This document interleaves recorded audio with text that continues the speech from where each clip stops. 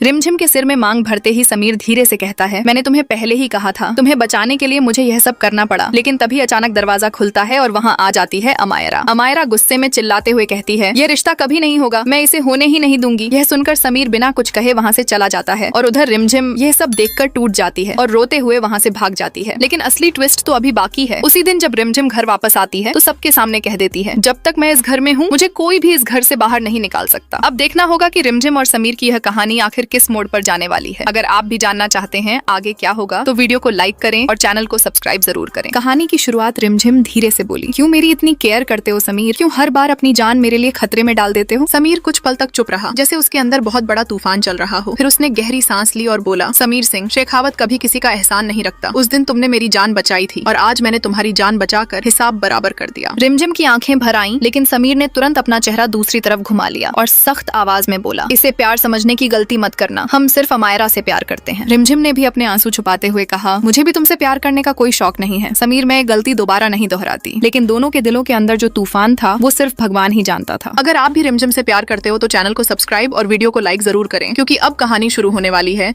उस खतरनाक रात की जब एक जबरदस्ती की शादी के बहाने बहुत बड़ा खेल खेला जा रहा था। उस दिन हवेली में चारों तरफ शादी की तैयारियां चल रही थी, ढोल नगाड़ों की आवाज गूंज रही थी और हर जगह कैमरे लगाए जा रहे थे। कविता ने रिमझिम की तरफ घूरते हुए कहा, देखो रिमझिम, सारी रस्में बिल्कुल असली शादी की तरह होनी चाहिए। कोई भी देखे तो उसे जरा सा भी शक नहीं होना चाहिए कि ये नकली है। रिमझिम ने हल्की मुस्कान के साथ कहा, वो सब तो ठीक है कविता जी, लेकिन दूल्हा कहाँ है? कविता ने ठंडी हंसी के साथ कहा, दूल्हा भी आ जाएगा, तुम बस तैयार रहो। तभी पंडित जी ने आकर कहा, सब तैयारी हो चुकी है, बस दूल्हा और दुल्हन का इंतजार है। कविता ने धीरे से रिमझिम के कान में कहा, याद रखना समीर हमारे कब्जे में है, इसलिए जो हम कहेंगे वही करना होगा। रिमझिम ने गहरी सांस ली और बोली, ठीक है, लेकिन शादी से पहले मुझे गंगौर माता की पूजा करनी होगी। हमारे यहाँ बिना पूजा के शादी नहीं होती। कविता ने कुछ पल सोचा, फिर बोली, ठीक है, लेकिन नीलेश तुम्हारे साथ जाएगा। रिमझिम ने तुरंत कहा, पूजा मुझे अकेले करनी होगी, अगर भरोसा नहीं है तो उसे दरवाजे के बाहर खड़ा कर देना, उसे मंत्रों की आवाज सुनाई देती रहेगी। कविता ने आंखें तरेड़ते हुए कहा, अगर कोई चालाकी की तो तुम्हारा आशिक जिंदा नहीं बचेगा। इसी बीच दूसरी तरफ समीर को कैद करके रखा गया था। समीर के हाथ बंधे हुए थे,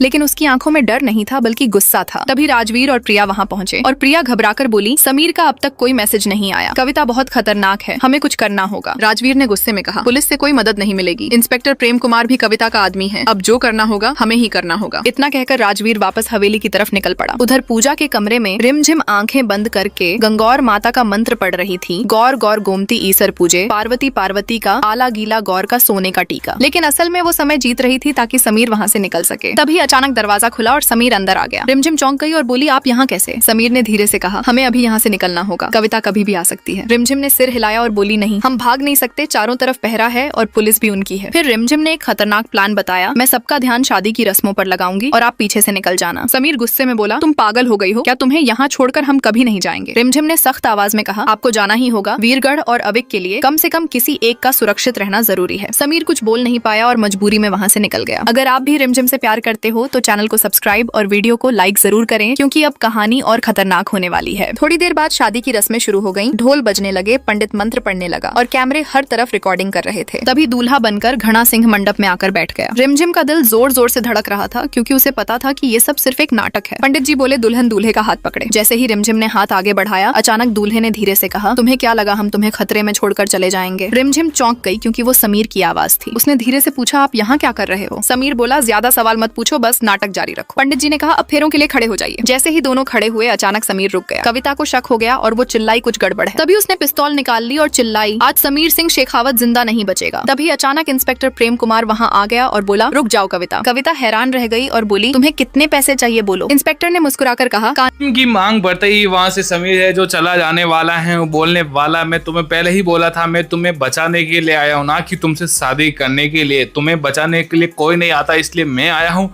तो मेरा काम मेरा हो गया और मैं जा रहा। उसी समय है जो वहाँ पे आ जाती है अमायरा है जो पूरी तरह से सच्चाई बता देगी कि तुम्हारे साथ ही कभी नहीं रहना चाहता है। मतलब बातों को ऊपर नीचे करके पूरी तरह से बातों को बकड़ बना चुकी है ये अमायरा।